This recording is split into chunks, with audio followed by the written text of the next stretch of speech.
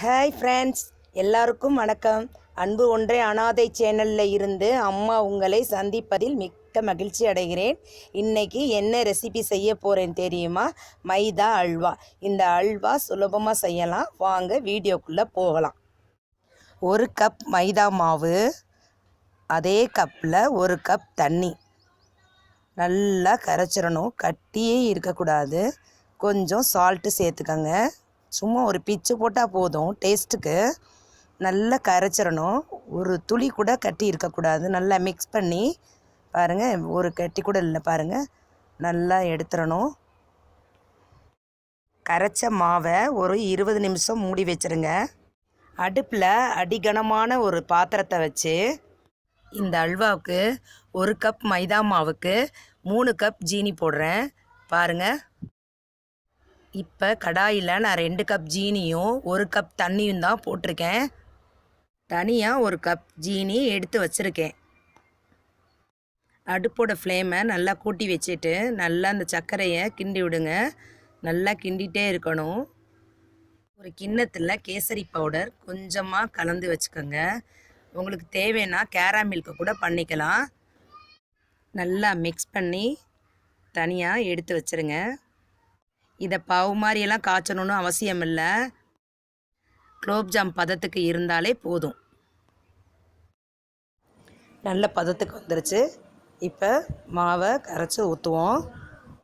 Mix பண்ண மாவை கரண்டியால் நல்லா கிளறி விட்டுட்டு பாருங்கள், நல்லா கிளறிட்டு அப்படியே எடுத்து ஊற்ற வேண்டியது.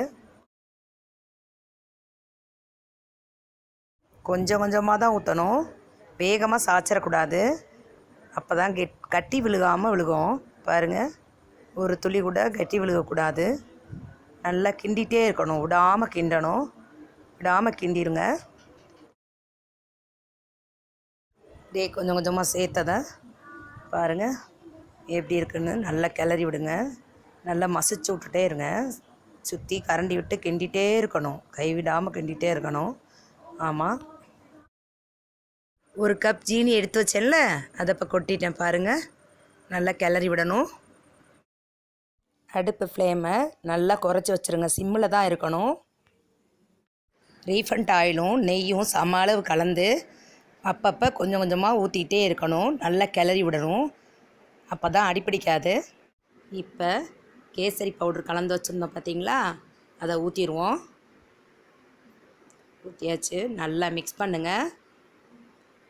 நல்லா மிக்ஸ் பண்ணுங்கள்.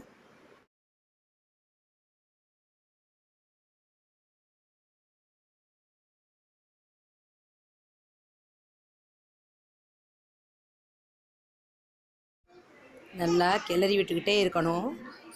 பாருங்கள், கொஞ்சம் கூட கட்டி விழுகக்கூடாது. நல்லா மிக்ஸ் பண்ணிகிட்டே இருக்கணும். கைவிடாமல் கிண்டணும். ஒரு கட்டி இருந்தாலும் நல்லா பார்த்து கிண்டிகிட்டே வரணும்.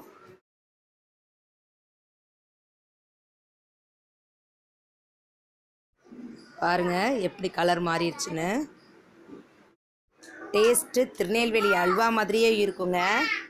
நெய் எவ்வளோக்கு எவ்வளோ விட்றோமோ அவ்வளோக்கு எவ்வளோ டேஸ்ட்டு இருக்கும்.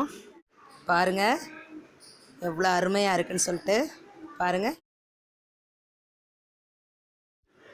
இப்போ ஒரு ஜாதிக்காய் உரலில் போட்டிருக்கேன். 6 ஏலக்காய் போட்டிருக்கேன். நல்லா இடிக்கணும். இடிச்சிட்டு மிக்ஸி ஜாரில் மாற்றிட்டு ஒரு கரண்டி ஜீனி போட்டு நல்லா கிரைண்ட் பண்ணுங்க. ஜாதிக்காயும் ஏலக்காயும் மணக்குதுங்க. தாளிப்பு கரண்டியில் நெய் விட்டு முந்திரி போட்டு நல்லா வறுத்து அந்த அல்வாவில் கொட்டிடுங்க. கொட்டி நல்லா கிளறி விடுங்க. ஜாதிக்காய் பவுடர், ஏலக்காய் பவுடர், ஜீனி பவுடர் எல்லாத்தையும் ஒன்றா கொட்டி கிளறி விடுங்க. நல்லா கட்டிப்படாமல் கிண்டி விடுங்க. கிண்டிட்டு இன்னும் கொஞ்சம் நெய் விட்டு கிளறுங்க. அவ்வளோதான், நம்ம அல்வா ரெடி ஆயிடுச்சு. பாருங்கள் என்ன கலர்ஃபுல்லாக இருக்குன்னு. பயங்கர வாசனையாக இருக்குது. பாருங்கள், எண்ணெய் கொஞ்சம் விட்டுக்கோங்க அப்பப்போ. நல்லா கிளறுங்க. பாருங்கள் எப்படி இருக்குன்னு. சூப்பராக இருக்குது. அல்வா கொட்டுற சட்டியில் நெய்யை நல்லா தடவுங்க. தடவிட்டா ஒட்டாமல் வரும். பாருங்கள். லெமன் வந்து நம்ம சாய்ஸ் தான், வேணும்னா ஊற்றிக்கலாம். பாருங்கள், சும்மா சின்னதாக அறுத்து ஒரு 20 சொட்டு இருக்கிற மாதிரி விட்டால் போதும். அது ரொம்ப நல்லாயிருக்கும் அந்த ஃப்ளேவர்.